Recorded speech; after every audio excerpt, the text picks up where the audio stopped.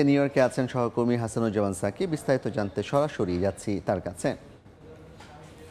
Psaki, ধন্যবাদ।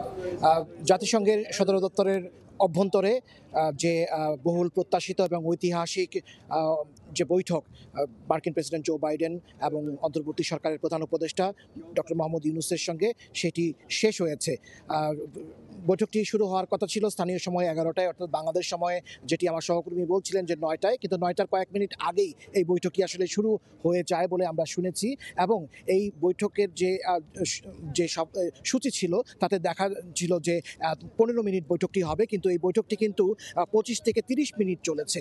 এই বৈঠকের শুরুতেই প্রধান উপদেষ্টা ডক্টর মোহাম্মদ ইউনূস তিনি তার সরকারের যে কিভাবে ক্ষমতা গ্রহণ করেছেন, কোন প্রেক্ষাপটে, অর্থাৎ বিগত আমলের যে শেখ হাসিনার সরকারের সময় বিভিন্ন ধরনের নিপীড়ন নির্যাতনের বিরুদ্ধে, বৈষম্যের বিরুদ্ধে ছাত্ররা যেভাবে আন্দোলন করেছে, সাহসী ভূমিকা পালন করেছে, এবং সেই বিষয়গুলো তিনি জো বাইডেনের সামনে খুব সংক্ষেপে তুলে ধরেন। এবং সেই সঙ্গে তাদের যে ত্যাগ এবং প্রায় 1000-এরও বেশি মানুষের মৃত্যু, সেই বিষয়গুলো তিনি খুব সংক্ষেপে যুক্তরাষ্ট্রের প্রেসিডেন্টের সামনে তুলে ধরেন। এবং তখন যুক্তরাষ্ট্রের প্রেসিডেন্ট জো বাইডেনকে জানান যে ছাত্ররা যদি বাংলাদেশে এমন সাহসী ভূমিকা নিতে পারে দেশ গঠনে, তাহলে অবশ্যই যুক্তরাষ্ট্রের উচিত সেই সব ছাত্র এবং সেই দেশের পাশে থাকা। এবং এই সময়ে তিনি এই ডক্টর মোহাম্মদ ইউনূসের যে অন্তর্বর্তী সরকার, সেই অন্তর্বর্তী সরকারের প্রতি তিনি পূর্ণ সমর্থনের কথা জানান এবং ডক্টর মোহাম্মদ ইউনূসকে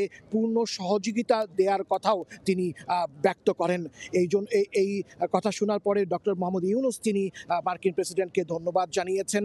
এবং এই যে বৈঠক, এই বৈঠকে কিন্তু দুই দেশের স্বার্থ সংশ্লিষ্ট আরও নানান বিষয় কিন্তু উত্থাপন হয়েছে, যেগুলো নিয়ে বিশ্লেষকরা আলোচনা করছিলেন। সেই সব বিষয়ের প্রায় সব কিছুই খুব সংক্ষেপে আলোচনায় এসেছে বলে আমাদেরকে জানানো হয়েছে।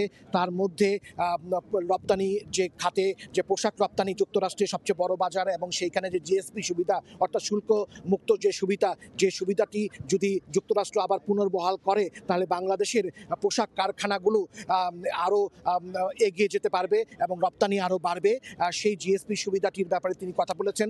তিনি ব্যবসা বাণিজ্যের এবং অর্থনৈতিক উন্নয়নের জন্য যুক্তরাষ্ট্রের ঋণ এবং বিভিন্ন প্রকল্পে যুক্তরাষ্ট্রের সহযোগিতার চেয়েছেন যুক্তরাষ্ট্রের কাছে।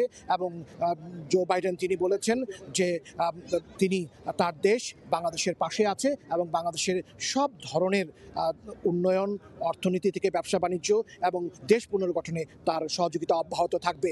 এই ছিল যুক্তরাষ্ট্রের জাতিসংঘের সদর দপ্তরের অভ্যন্তরে যে প্রেসিডেন্ট জো বাইডেনের সঙ্গে অন্তর্বর্তী সরকারের প্রধান উপদেষ্টা ডক্টর মোহাম্মদ ইউনূসের ঐতিহাসিক বিরল যে বৈঠক, সেই বৈঠকের সর্বশেষ।